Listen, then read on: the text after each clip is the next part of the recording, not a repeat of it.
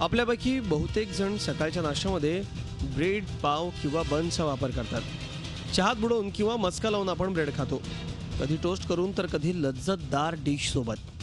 पण bread खाल्ल्यानं cancer होऊ शकतो हे तुम्हाला माहिती आहे का? Centre for science and environment या संस्थेनं दिल्लीमध्ये 38 ब्रँडची तपासणी केली.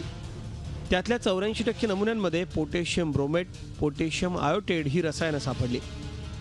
पोटॅशियम ब्रोमेटमुळे कॅन्सर होऊ शकतो, तर पोटॅशियम आयोडेटमुळे थायरॉईड संबंधित रोग होण्याची भीती असते. चुकीच्या पद्धतीनं ब्रेड बेक केला जात असल्यानं ब्रोमेट ब्रेडवरती चिटकून राहतं, असं या पाहणीत आढळून आलंय.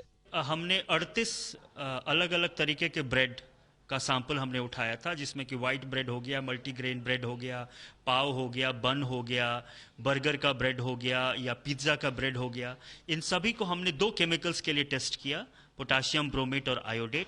इनका यूज़ ब्रेड में बहुत वाइड स्प्रेड है, बहुत ज़्यादा यूज़ होता है, और जिसके कारण कि हमें इसके जो हानिकारक शारीरिक बीमारियां हो सकती हैं, जैसे कि एक पॉसिबल कैंसर कॉजिंग एजेंट है और दूसरा जिससे कि थायराइड का प्रॉब्लम हो सकता है.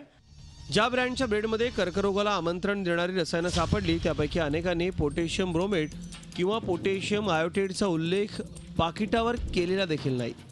या घातक रसायनांचा आपण वापर करत नसल्याचं अनेक ब्रेड उत्पादकांनी स्पष्ट केलंय. केवळ ब्रेडच नाही तर अनेक नामांकित मल्टीनॅशनल कंपन्यांच्या पिझ्झा आणि बर्गरमध्येही ही घातक रसायनं आढळली आहेत. ब्रेड खाणं आरोग्यासाठी अपायकारक असल्याचं तज्ज्ञांनीही सांगितलंय. आजकाल बऱ्याच फास्ट फूड सेंटरमध्ये पोळी, पराठे यासारख्या गोष्टी अवेलेबल असतात. म्हणजे मलाही त्याची पूर्ण जाणीव आहे की बाहेर राहून नोकरी करणाऱ्या लोकांना जेव्हा घर जवळ नसतं तेव्हा काहीतरी रेडीमेड पदार्थांचाच आधार घ्यावा लागतो. पण अशा वेळेस त्यातल्या त्यात आपण असे पदार्थ निवडावे की ज्याच्यामध्ये फर्मेंटेड पदार्थ किंवा काही असे फुगवलेले बेकरीचे पदार्थ नसतील. मग त्याला आपण दुसरा काहीतरी पर्याय काढू शकतो की आजकाल आपण मिसळ मिळते सगळीकडे, पाव सोडून मिसळ खावी, इडली वगैरे यासारख्या गोष्टी खाव्या की ज्याच्यामध्ये मैद्याचा वापर अगदी कमी असतो. रेडीमेड सगळीकडे फास्ट फूड सेंटरमध्ये या गोष्टी मिळतात. या गोष्टींवर भर द्यावा. ब्रेड सारख्या गोष्टींवर, नुसती ब्रेड नाही पण बेकरीच्या कुठल्याही आयटमवर थोडंसं रिस्ट्रिक्शन आणणं हेच आज आपल्याला गरजेचं आहे.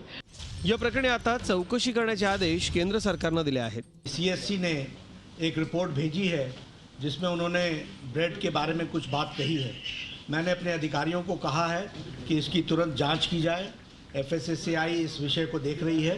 बहुत जल्द सरकार इसकी डिटेल्स को देख करके जो भी इसमें उचित कदम उठाने को होगा वो हम उठाएंगे. जगभरात विविध ठिकाणी पोटॅशियम ब्रोमेटच्या वापरावर कडक निर्बंध आहेत. मग भारतातच पोटॅशियम ब्रोमेटच्या वापराला परवानगी का?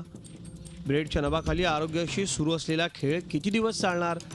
याबाबत सरकार कठोर पावलं कधी उचलणार असे सवाल आता उपस्थित होत आहेत.